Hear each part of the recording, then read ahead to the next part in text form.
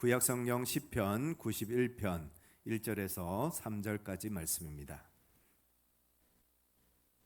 구약성경 870면 시편 91편 1절에서 3절까지 말씀, 우리 찾으셨으면 한 목소리로 같이 읽겠습니다.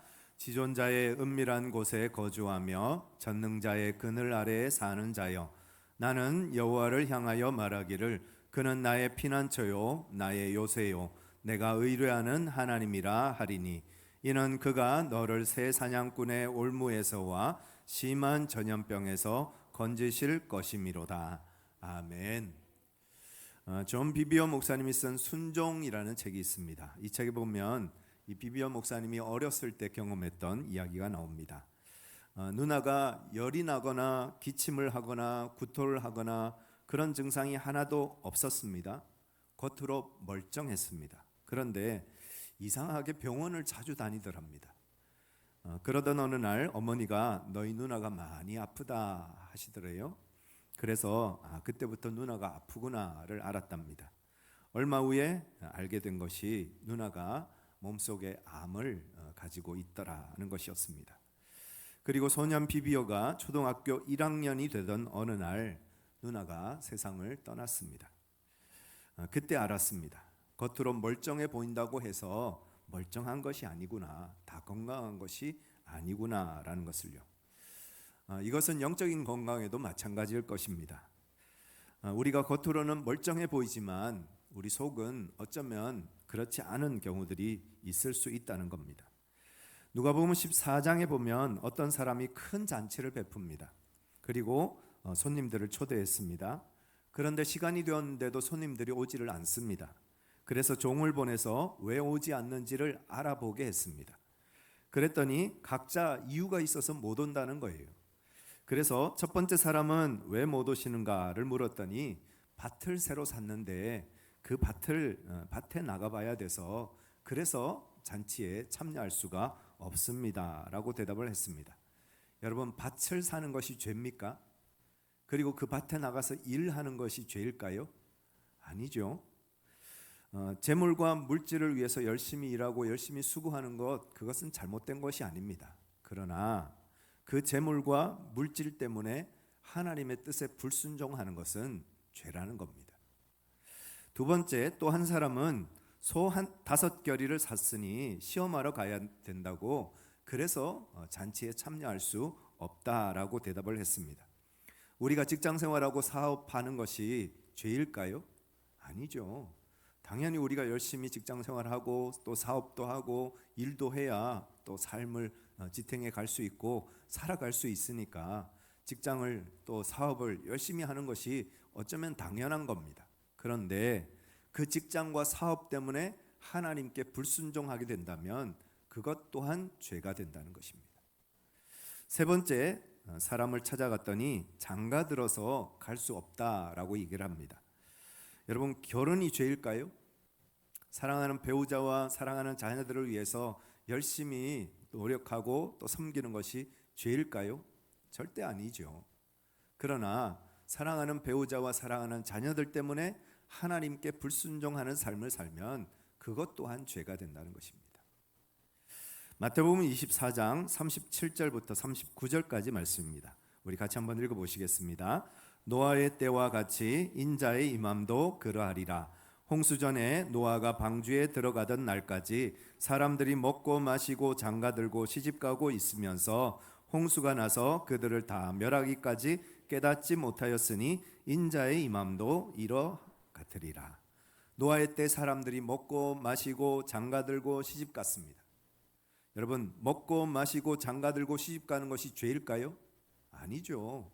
당연히 그렇게 살아야 되는 것입니다. 그런데 먹고 마시고 장가들고 시집가다가 결국 어떻게 됐습니까? 방주에 타지 못했고 결국은 멸망을 당했다는 겁니다. 성경이 말하는 죄는 살인하고 간음하고 도둑질하고 거짓말하고 사기치고 또 마약을 하고 알코올 중독이 되고 이런 것도 성경이 말하는 죄 중에 하나이지만, 성경이 말하는 근원적인 죄는 하나님을 그 마음에 두기를 싫어하고 하나님이 없다 말하고 하나님의 명령에 순종하지 않는 삶을 사는 것, 그것이 성경이 말하는 죄입니다. 쉽게 말해서 하나님의 뜻에 순종하지 않는 삶이 곧 죄라는 겁니다. 결국 이 근원적인 죄로부터 모든 죄가 파생되어지고 나오고 이 근원적인 죄에서 모든 죄가 양산된다는 것입니다. 따라서 가장 무서운 죄는 하나님께 불순종하는 죄라는 겁니다. 마태복음 7장 21절에 보면 나더러 주여 주여 하는 자마다 다 천국에 들어갈 것이 아니요 다만 하늘에 계신 내 아버지의 뜻대로 행하는 자라야 들어가리라 했습니다. 하나님께 주여 주여 한다고 해서 다 하나님 나라 들어가느냐? 그렇지 않다는 겁니다. 어떤 사람이 들어간다고요? 하나님의 뜻대로 행하는 자들이 하나님 나라에 들어갈 수 있다는 겁니다. 천국은 착하고 선한 사람들이 들어가는 곳이 아니라 천국은 주님의 말씀에 순종하는 사람들이 들어가는 곳이라는 뜻입니다.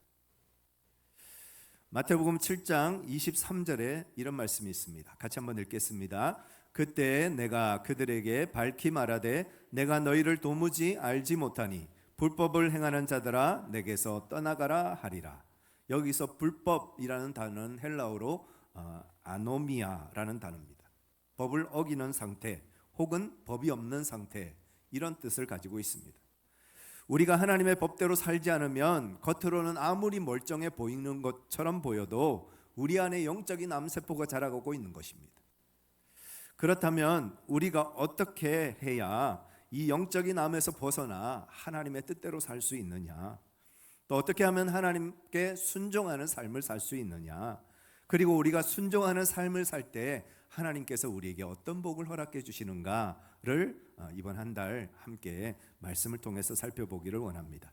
특별히 오늘은 시편 91편을 통해서 순종하는 자들에게 주시는 하나님의 복, 그 하나님의 복이 무엇인가를 함께 살펴보면서 복받는 인생, 하나님 앞에 순종하는 믿음의 삶을 살아가는 저와 여러분들 되시기를 간절히 축원합니다.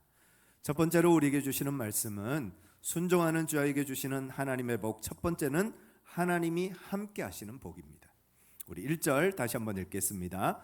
지존자의 은밀한 곳에 거주하며 전능자의 그늘 아래에 사는 자여. 아시시의 성 프랜시스라는 사람이 있었습니다. 이분에게 두 사람이 찾아와서 선생님, 저희들을 제자로 삼아 주십시오 하고 부탁을 했습니다. 그러자 이 프랜시스가 저기 밭에 가면 배추가 있을 텐데 그 배추를 심고 오시오.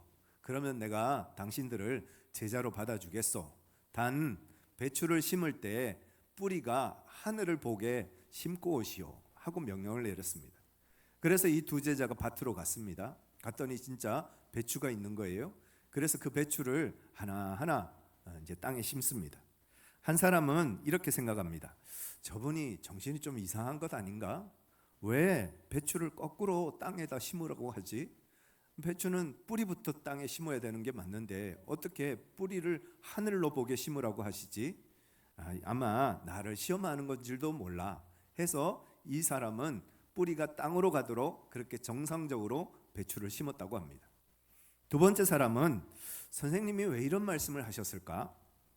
이해는 안 되고 왜 그렇게 명령하셨는지는 모르겠지만 선생님이 그렇게 하라고 하시니까 나는 선생님의 말씀대로 해야 되겠다 해서 뿌리가 하늘로 보도록 그렇게 배추를 심고 왔다는 겁니다. 그러자 프랜시스가 누구를 제자로 삼았을까요? 순종한 사람을 제자로 삼았다는 겁니다. 프랜시스가 뿌리가 땅으로 가야 되는 것 몰랐을까요? 왜 그런 명령을 내렸느냐? 자기의 말에 순종하는가, 순종하지 않는가를 보기 위해서였던 것입니다. 제자의 삶을 산다는 것은 그 스승의 말에 순종하는 삶을 사는 것, 그것이 순종이기 때문에 그렇습니다. 성경에서 순종은 구약 히브리어로는 샤마라고 나옵니다. 듣다, 경청하다 이런 뜻이고요. 단순히 소리를 듣는 것을 넘어서서 들은 내용을 행동으로 옮기는 것을 말합니다. 들었으면 그대로 행동하는 것을 순종이라고 말합니다. 신약에서는 헬라어로 휘파코에라고 하는데요. 아래에서 듣다 또는 복종하다 이런 뜻을 가지고 있습니다. 권위자의 지시를 존중하고 그 권위자의 지시에 따른다 이런 뜻을 가지고 있습니다. 즉 순종은 잘 듣는 것이고요. 그리고 들은 대로 행동하는 것이고요. 그렇게 순종하고 따라가는 것을 순종이라고 말합니다.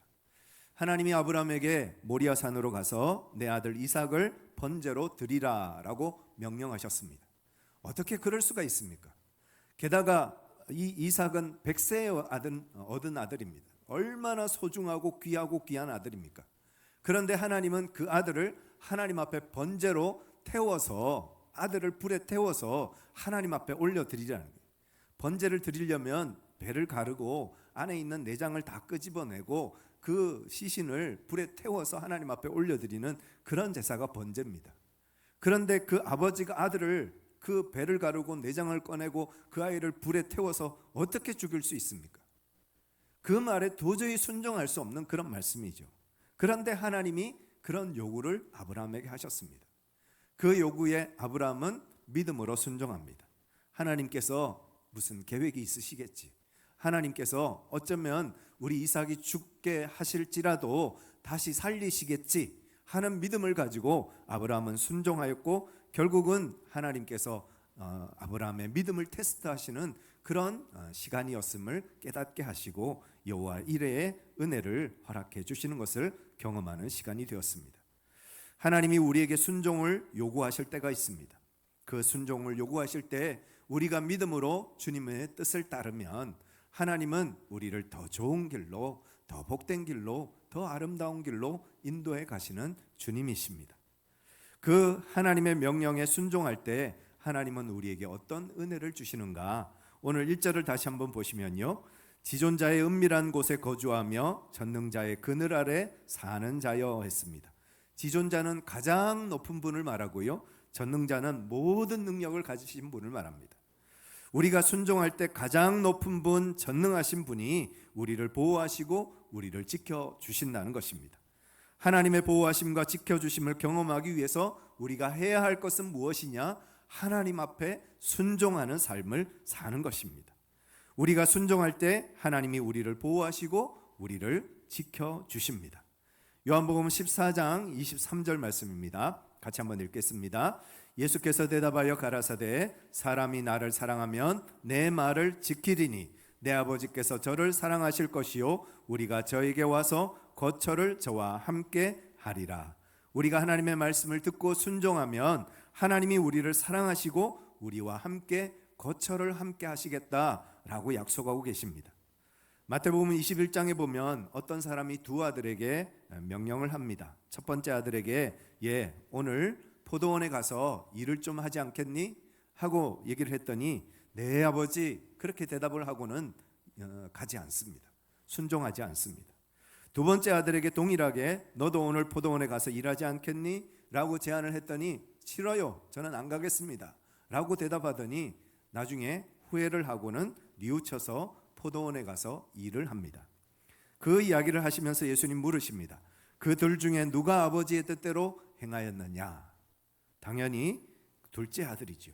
그때 예수님께서 이렇게 말씀하십니다. 내가 진실로 너희에게 이르노니 세리들과 창녀들이 너희보다 먼저 하나님 나라에 들어가리라 하십니다. 하나님 나라는 예하는 사람들의 것이라는 겁니다. 하나님 나라는 믿음으로 순종하는 사람들의 것이라는 겁니다. 우리가 하나님께 순종할 때 하나님께서 우리를 보호하시고 지켜주시는 은혜 가운데 하나님의 임재 속에서 살아가는 축복의 삶을 살 수 있다는 것입니다. 사무엘하 6장에 보면 다윗이 블레셋 군대에게 빼앗겼던 하나님의 언약궤를 되찾아옵니다. 그런데 언약궤를 수레에 싣고 오다가 소들이 막 날뛰는 바람에 웃사가 그 언약궤에 손을 대었습니다. 그리고 결국 웃사가 그 자리에서 죽고 말았습니다. 그래서 다윗이 그곳을 베레스 웃사라고 부르고 하나님의 언약궤를 가드 사람 오벳 에돔의 집으로 보냅니다. 오벳 에돔은 가드 사람입니다. 블레셋 사람입니다. 이방인입니다. 그럼에도 불구하고 이 오벳 에돔은 자기 집에 하나님의 언약궤를 받아들였습니다. 하나님의 언약궤를 믿음으로 순종하여서 받아들였습니다. 그랬을 때 하나님이 그의 집에 온 집에 복을 내리셨다라고 말씀합니다.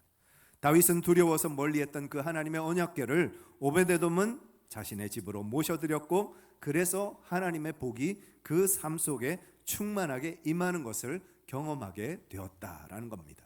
여러분, 순종은 하나님을 우리의 삶에 초대하는 것입니다. 그리고 하나님께서 우리 가운데 임재하셔서 우리와 함께 하시는 것을 경험하는 삶을 살아가는 것이 순종의 삶인 줄 믿습니다. 저와 여러분들이 순종의 삶을 통하여서 하나님을 누리고 하나님을 경험하고 하나님과 함께하는 복을 누리는 여러분 모두가 되시기를 예수님의 이름으로 축원합니다.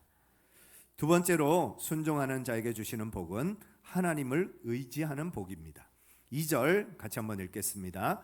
나는 여호와를 향하여 말하기를 그는 나의 피난처요 나의 요새요 내가 의뢰하는 하나님이라 하리니. 순종은 우리 하나님이 지존자요 전능자이심을 믿는 것이고요, 순종은 하나님을 의지하는 것입니다. 우리 하나님을 의지할 때, 하나님을 바라볼 때 그 하나님의 말씀에 순종하며 주님을 따라 걸어가는 삶을 살 수 있습니다.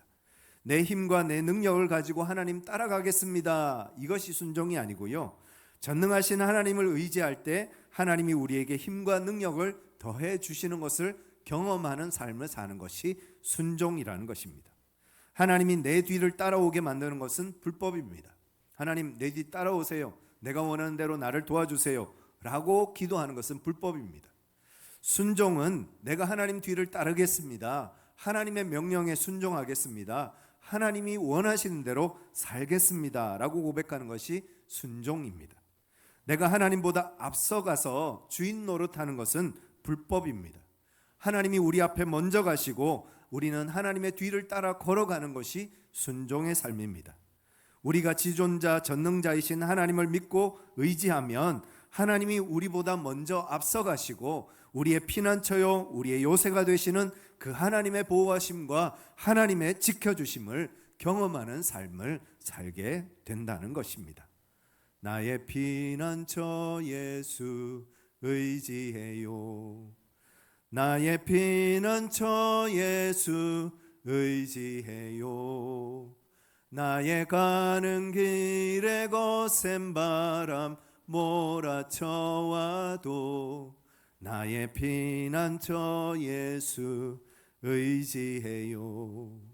살아가면서 어떤 거센 바람이 불지라도, 어떤 어려움이 있을지라도, 어떤 시련과 환난이 있을지라도 하나님만 의지하며 살아가시는 여러분 모두가 되시기를 예수님의 이름으로 축원합니다.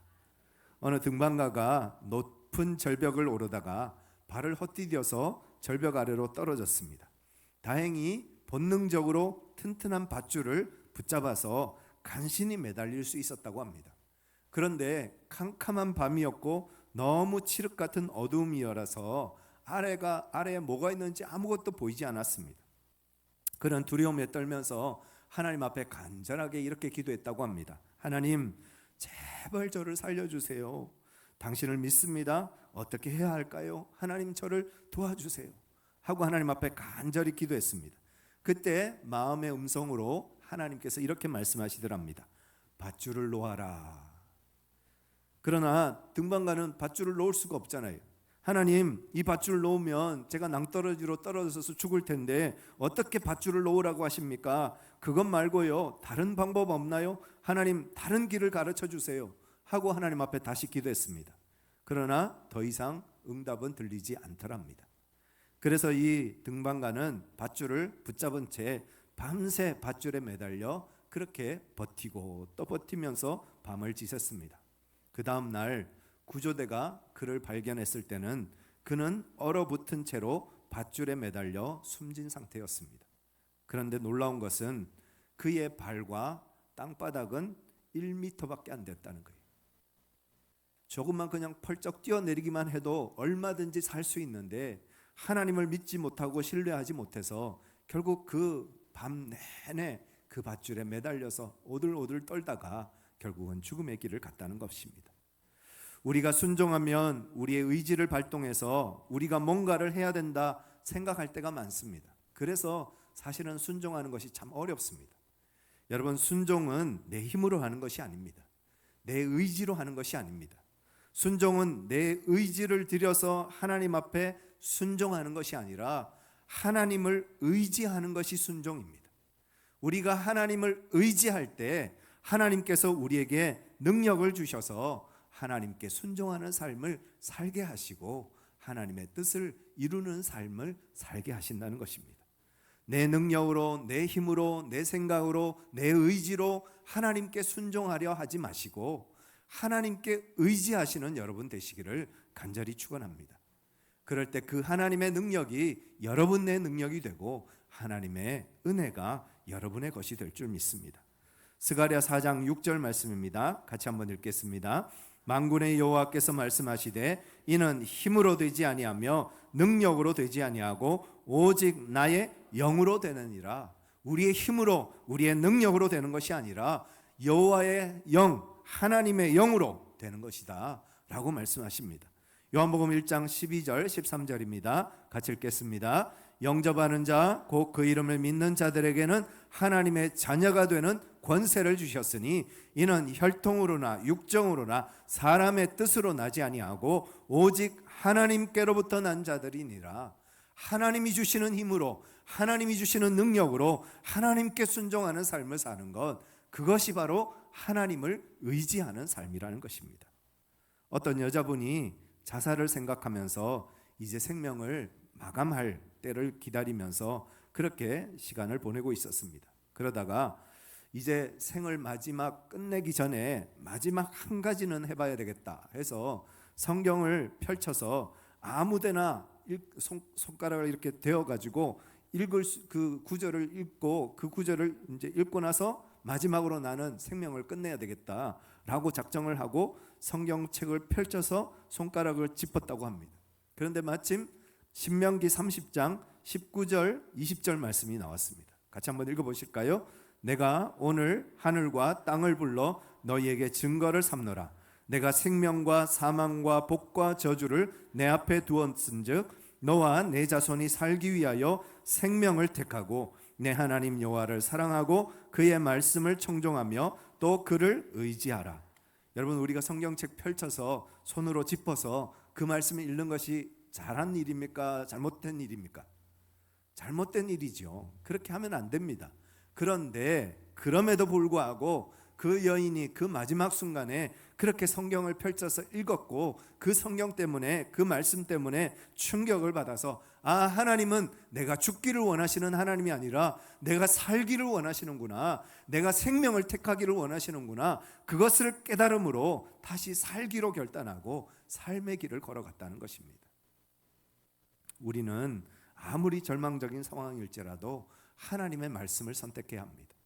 아무리 절망적인 상황일지라도 하나님을 의지해야 될 줄 믿습니다. 우리가 하나님을 의지할 때 하나님께서 우리와 함께 하시고 우리를 도우시고 우리를 바른 길로, 복된 길로 인도해 가시는 그 은혜를 누리게 하시는 줄 믿습니다. 순종의 삶은 하나님을 의지하는 삶입니다. 하나님을 의지하는 삶이 곧 하나님께서 허락하시는 축복된 삶인 줄 믿습니다. 저와 여러분들이 이번 한 주간도 온전히 하나님만 의지하며 살아가시는 여러분 모두가 되시기를 예수님의 이름으로 축원합니다. 마지막 세 번째로 우리가 하나님 의지하며 순종하며 살아갈 때 하나님이 주시는 복은 하나님의 보호 아래 사는 복입니다. 3절 같이 한번 읽겠습니다. 이는 그가 너를 새 사냥꾼의 올무에서와 심한 전염병에서 건지실 것이미로다. 순종은 하나님의 보호 아래에서 사는 것입니다. 하나님의 보호 아래에서 벗어나는 것이 불법이고요, 하나님의 보호하심 아래 사는 것이 순종의 삶입니다. 순종은 하나님의 보호하심을 믿고 따르는 것입니다. 그럴 때 우리를 새 사냥꾼의 올무에서, 심한 전염병에서 건져주시는 하나님의 은혜를 체험하게 하신다 약속하고 계십니다. 우리가 하나님의 보호하심 아래 살기 위해서는 하나님의 보호하심을 신뢰할 수 있어야 합니다. 이스라엘 백성들이 출애굽할 때 홍해 앞에서 하나님을 신뢰했을 때 그 홍해를 마른 땅처럼 건너갔던 것처럼, 또한 이스라엘 백성들이 광야를 지날 때 불기둥, 구름기둥으로 그들을 인도하시는 그 하나님을 신뢰함으로, 그 하나님을 의지함으로 그 메마른 광야를 지나갔던 것처럼 늘 하나님의 보호하심 아래서 하나님을 신뢰하는 믿음의 삶을 사는 것이 순종의 삶이고 축복의 삶인 줄 믿습니다. 시편 91편은 모세의 시편으로 알려지고 있습니다. 오늘 시편 91편 5절, 6절, 7절 한번 읽어보실까요? 같이 읽겠습니다. 너는 밤에 찾아오는 공포와 낮에 날아드는 화살과 어두울 때 퍼지는 전염병과 밝을 때 닥치는 재앙을 두려워하지 아니하리로다. 1000명이 내 왼쪽에서 10,000명이 내 오른쪽에서 엎드러지나 이 재앙이 내게 가까이 하지 못하리로다. 이스라엘 백성들이 지금 두려움과 공포 속에 밤을 보내고 있습니다. 수많은 적들과 원수들이 그들을 침몰하기 위해서 그들에게 밀려오고 있습니다. 당장 죽어도 이상하지 않을 정도로 참 위험하고 위급한 상황에 놓여 있습니다. 그런데 그런 공포와 두려움을, 그 재앙의 밤을 무엇으로 이겨내고 있다고요? 하나님이 나와 함께 하신다. 하나님이 나를 보호하신다. 이 믿음을 가지고 그 두려운 밤을 지나가고 있다는 것입니다. 또 14절, 15절 같이 한번 읽겠습니다. 같이 읽습니다. 하나님이 이르시되 그가 나를 사랑하신즉 내가 그를 건지리라. 그가 내 이름을 안즉 내가 그를 높이리라. 그가 내게 간구하리니 내가 그에게 응답하리라. 그들이 환난 당할 때에 내가 그와 함께하여 그를 건지고 영화롭게 하리라. 아무리 위급하고 위험한 상황일지라도 하나님을 의지하고 하나님을 믿고 하나님을 신뢰하고 하나님의 보호하심을 의지하며 나아가면 하나님께서 우리를 지키시고 함께 하시는 은혜를 허락해 주신다는 것입니다. 하나님이 나를 사랑하신다, 하나님이 내게 응답하신다, 하나님이 나를 건지신다, 이 확신과 믿음 속에서 살아가는 그 삶 속에 주의 은혜가 임하고 주의 역사가 임한다는 것입니다. 계속해서 9절과 10절, 11절 또 같이 한번 읽겠습니다. 내가 말하기를 여호와는 나의 피난처시라 하고 지존자를 너의 거처로 삼았으므로 화가 내게 미치지 못하며 재앙이 내 장막에 가까이 오지 못하리니 그가 너를 위하여 그의 천사들을 명령하사 내 모든 길에서 너를 지키게 하심이라. 아멘. 우리 하나님은 피난처이십니다. 우리 하나님은 우리의 거처이십니다. 우리 하나님은 우리의 보호자이십니다. 우리 하나님은 우리의 안식처이십니다. 우리가 어디를 가든지 무엇을 하든지 우리 하나님은 우리와 함께 하십니다. 그 하나님을 믿는 믿음을 가지고 비록 화가, 재앙이 우리의 삶 속에 찾아올지라도 나를 지키시고 보호하시는 그 하나님을 의지하면서 믿음으로 그 환난의 시간들, 그 어려움의 시간들을 지나가는 믿음의 삶, 은혜의 삶을 살아가시는 여러분 모두가 되시기를 간절히 축원합니다. 이번 한 주간도 순종함으로 하나님께서 우리에게 주시는 복, 하나님께서 함께 하시는 복, 하나님을 의지하는 복, 하나님 보호 아래 사는 복, 이 복을 누리며 살아가시는 믿음의 성도들 여러분 모두가 되시기를 예수 그리스도의 이름으로 간절히 축복합니다. 우리 함께 기도하시겠습니다. 하나님, 우리에게는 순종할 믿음도 능력도 없습니다. 하나님, 우리가 주님을 의지하오니 우리에게 순종할 힘도 주시고 능력도 주셔서 주님의 뜻을 따라 주님의 말씀대로 살게 하여 주시고 하나님께서 우리에게 약속하신 그 아름다운 복을 누리며 살아가는 저희 모두가 되게 하여 주시옵소서. 우리 함께 기도하시겠습니다. 사랑과 은혜가 충만하신 아버지 하나님, 오늘도 주님의 말씀 앞에 우리가 서게 하시고 하나님께서 우리에게 허락하시는 복에 대해서, 하나님께서 우리에게 요구하시는 순종에 대해서 함께 말씀을 상고하게 하심을 감사합니다. 온전히 주님을 따르게 하시고 주님의 말씀에 순종하게 하시고 주님의 뜻을 이루어가는 믿음의 삶, 은혜의 삶을 살아가는 저희 모두가 될 수 있도록 하나님께서 함께하여 주시옵소서. 하나님, 순종하는 자에게 복을 허락하여 주시고 하나님은 순종하는 자들을 찾으시고 순종하는 자들을 통하여서 하나님의 뜻을 이루어 가신다 약속하여 주셨습니다. 온전히 하나님의 말씀에 순종함으로 하나님께서 함께 하시는 복을 누리고 하나님을 의지하는 복을 누리며 하나님의 보호 아래 살아가는 그 아름다운 복을 누리며 살아가는 주의 거룩한 백성들, 주의 거룩한 성도들 다 되게 하여 주시옵소서. 존귀하신 아버지 하나님, 역사하시는 하나님, 우리에게는 힘도 능력도 없습니다. 하나님의 뜻이 무엇인지 알지만 또 하나님의 말씀이 무엇인지 알지만 그 뜻대로 그 말씀대로 살아갈 수 없는 나약하고 연약한 존재가 바로 저희들입니다. 하나님, 우리 가운데 임하여 주셔서 우리에게 능력 주시고 우리에게 지혜 주셔서 주님의 말씀 안에서 결단하게 하시고 주님을 따라 걸어가는 순종의 삶을 살게 하여 주셔서 하나님께서 우리에게 약속하시는 아름다운 복을 누리고 복된 인생을, 축복된 삶을 살아가는 저희 모두가 될 수 있도록 주께서 함께하여 주시옵소서. 우리 구주 예수 그리스도의 이름으로 간절히 기도드리옵나이다. 아멘. 다 같이 일어나셔서 함께 찬양하시겠습니다.